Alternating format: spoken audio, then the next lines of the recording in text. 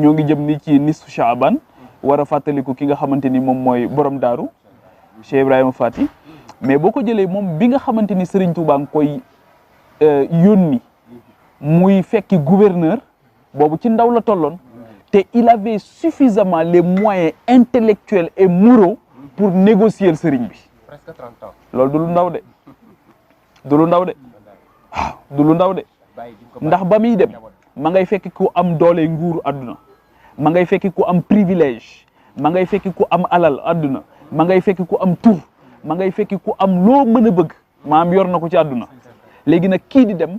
di négocier te wóor na ko ne waxtaan bi muy waxtaanee ak moom duñu ko fa ger wóor na ko fa ne duñu ko fa moo tax dafa doxee sax mat gu doy waar ndax sëñ Bachiroo ngi nettali ci Minanu Baaxil Xadim ne ba mu demee bu nee na mu gis seetlu ne buy wax ak gouverneur bi ki koy interpréter maam Thierno nee na su ma waxee jàmm gis gouverneur bi mel ni dafay kii ndekete interprète bi mooy wax leneen lu dul lu wuuteeg li maam Thierno di wax maam Thierno ci communication non verbale gouverneur bi communication non verbale ci la xamee ne lii ci la njortu ne li muy wax interprète bi waxu ko mu daal di génn daal di dem seeti ko tudd Parnaan Jaw ci Ndar daal di koy woo ne ko damaa bëgg nga gunge ma ci gouverneur ndax damaa tuumaal ki ma doon interprète ne li ma ko waxloo waxu ko Parnaan Jaw ñëw wax ko gouverneur bi daal ne bu dee noonu la nañu ko reprendre ñu reprendre ko et effectivement ndekete interprète bi li mu doon wax loolu amul intelligence boobu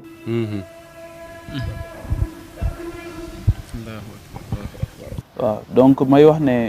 bu ngeen xoolee borom daaru jeune âge ci Zahir ci la ko sëriñ bi investir mission bu màgge noonu bu rëyee noonu boo xoolee tamit kii nga xamante ni moom mooy sëñ Modou Moustapha bi fi sëriñ bi jógee bàyyi ko fi ci Zahir mu jiite yoon wi engagé aussi liggéey yu mag damay wax ne sëriñ bi muy dem lim fi bàyyi moom moo tës sunu état yi boobu ba tey pour ñu def ko mooy un capital humain de qualité mooy waajal nit ci biir ak ci biti ba nga xam ne lii mën a tënk doomu aadama yëpp ba li tax ci liñ koy xaar du ko mën a def loolu dina mën a def face ak loolu dina ko mën a jàmmarloo ak moom ba li mu war a def dëgg mu def ko te boo xoolee sëñ Modou Moustapha loolu la def nekk ci ànd ci ak ñim ci war a àndal utiliser compétence yoon wi